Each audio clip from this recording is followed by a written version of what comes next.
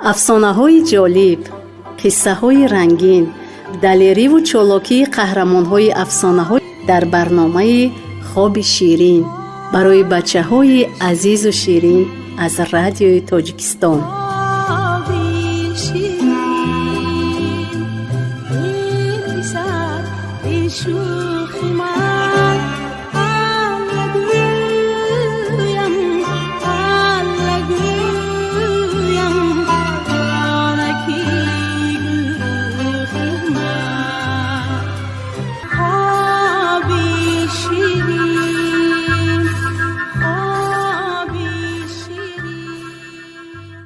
خورترکان شیرین، شما قسم دومی افسانه لکوپک را از موج رادیوی تاجیکستان میشنوید. طور شد، تماشا شد، دختر را به اسب سوار کرده، یار یار گفته گرفته رفتند.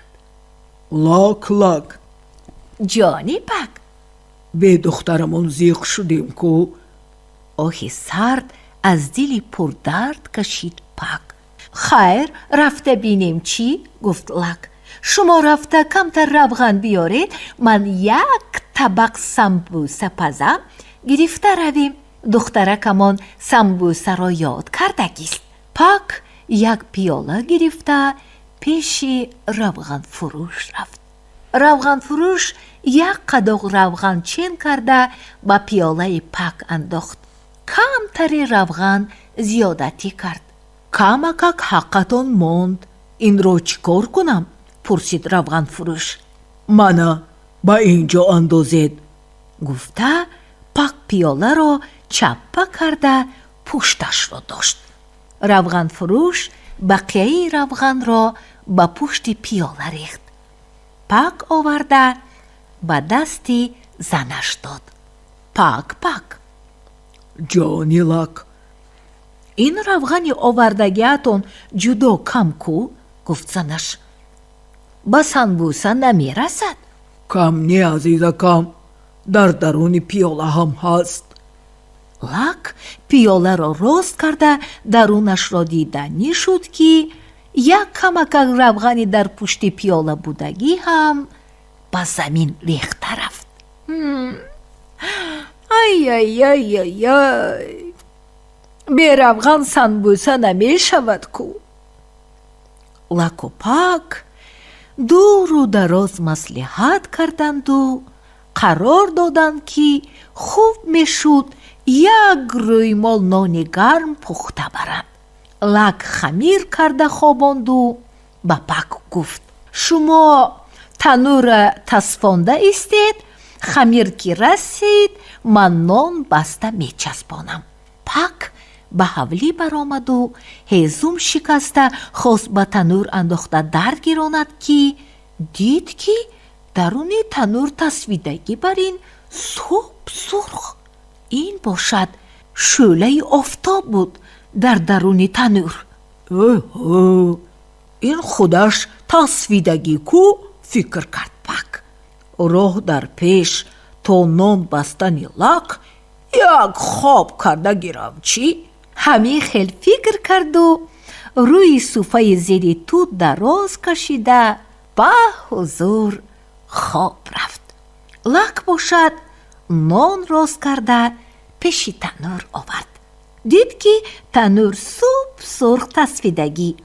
به تنور نان چسبانده منتظر شد. 1 ساعت نگاه کرد، 2 ساعت نگاه کرد، هیچ نیکی نان سرخ شود. پک از خواب سیر شده خیسته پیشش آمد. لک لک، جانی پک، چی نانت سرخ نشد؟ نه، چی کار کنیم؟ پرسید لک. همین تنور را کنده با کیفمون برداشته بریم، نان در راه پخته میماندگیست. و همین خیل هم کردند. یک زمان خویشاوندان داماد دیدند که پدر و مادر کلینشان یک تنور کلان را برداشته آمده ایستادند. تازان برآمده تنور پر از خمیر را از کتف آنها گرفته به یک سو ماندند و خودشان را باشد با عزت و حرمت به خانه درآورده آب و ضیافت کردند. شب شد. برای لک و پک جاگه‌های بلند انداختند. لک و پک به جایگاه در آمدند. پک نخست آواز برآورد. جانکم، به دیوارهای خانه درستکک نگاه کن. چند جا کفیدگی. از جایهای کفیده شعله مهتاب در آمده است. ها، خشک شده کفیده است دیه. بیچاره دخترکمان، عقلش نرسیده است که روغن کرده ماند. لک، من در دهلیز یک کوزچه روغن دیدم. خیز به جایهای کفیده دیوار میمالیم. خوب شده از پک، خیزید. به دهلیز رفته یک خمچه روغن را گرفته به دیوارهای خانه از بالا تا پایان روغن مالیدند. کوزچه را به دهلیز برده ناگاه در کنج دهلیز دو خم کلان را دیده ماندند. لک، جانی پک، این دخترمان را عقلش با همه چیز میرسد. وای فکر کرده است که ما پدر و مادرش از راه دور چنگ زیر کرده آمدیم. آبازی کردنمان در کار. آنا بین، دو خم کلان آب تیار کرده مانده است. بیا آبازی کنیم، خرسند می شود، گفت پک.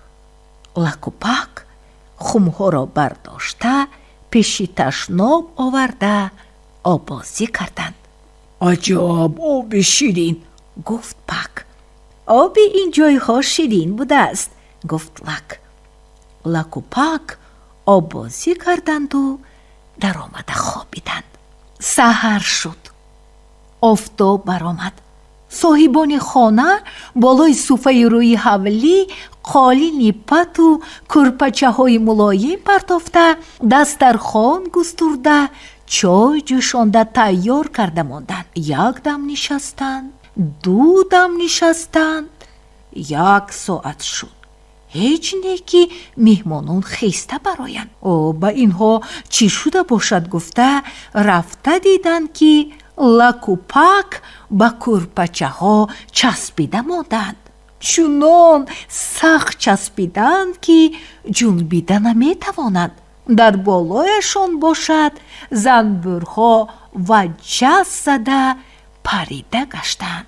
لک و پک را یک علاج کرده از کرپه ها کنده گرفتند و آب گرم کرده آبازی دارانده خشک کنانده به خانهشان گسیل کردند. صاحبان خانه حیران شدند و بعد فهمیدند که مهمانهایشان آب گفته از سرشان عسل ریختند. انا همین بود افسانه خیلی عجایبی لک و پک.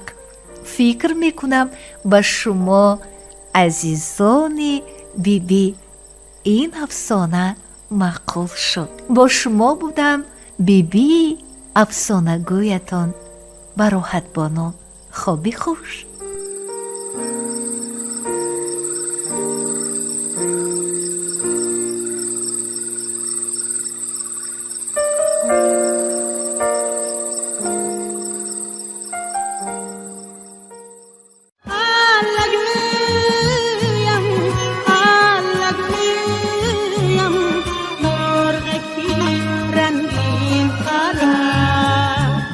افسانه‌های جالب، قصه‌های رنگین، دلیری و چالاکی قهرمان‌های افسانه‌های در برنامه خواب شیرین برای بچه‌های عزیز و شیرین از رادیوی تاجیکستان.